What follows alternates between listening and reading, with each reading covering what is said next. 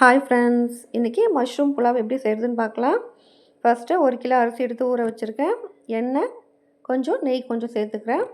2 பட்டை, 2 ஏலக்காய், கிராம்பு, ஒரு அன்னாசிப்பூ மட்டும் சேர்த்துக்கிறேன். நிறைய ஸ்பைசஸ் வேண்டாம் இதுக்கு. ஒரு 5 வெங்காயம் எடுத்துருக்கேன். 400 கிராம் அளவு இருக்கும். லைட்டாக வதங்கினா போதும் வெங்காயம், இல்லைன்னா ரைஸ் கலர் சேஞ்ச் ஆகிடும். 2 ஸ்பூன் இஞ்சி பூண்டு பேஸ்ட் சேர்த்துட்டு அதையும் லைட்டாக வதக்கிக்கலாம். பச்சை மிளகா 10 சேர்த்துருக்கேன்.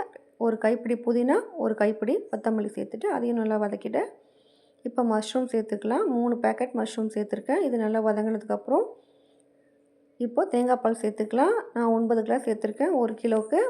இங்கே தேங்காய் பால் ஃபுல்லாக சேர்க்கலனா கூட பாதி தேங்காய் பால் பாதி தண்ணி சேர்த்துக்கலாம். இதை தேங்காய் பால் அரைக்கிறது தான் நமக்கு மெயின் ஒர்க்கு. மற்றபடி ஈஸியாக செஞ்சிடலாம். உப்பு சேர்த்துட்டு தண்ணி கொதிச்சதுக்கப்புறம் நம்ம இப்போ அரிசியை சேர்த்துக்கலாம். இது நான்வெஜ் சாப்பிடாத அன்றைக்கி நல்லா சாப்பிட்ணும் அப்படின்னு நினச்சா நம்ம இந்த மாதிரி ஒரு ரைஸ் செஞ்சு சாப்பிட்லாம். இப்போ பாருங்கள், சூப்பராக ரெடி ஆகிடுச்சு. இப்போ லாஸ்ட்டாக நம்ம கொஞ்சம் நெய் மட்டும் ஊற்றி இறக்கிட்டோம் அப்படின்னா டேஸ்ட்டு சூப்பராக இருக்கும். நான் இதை வாழைக்காய் சாப்ஸோடு செஞ்சுருந்தேன்.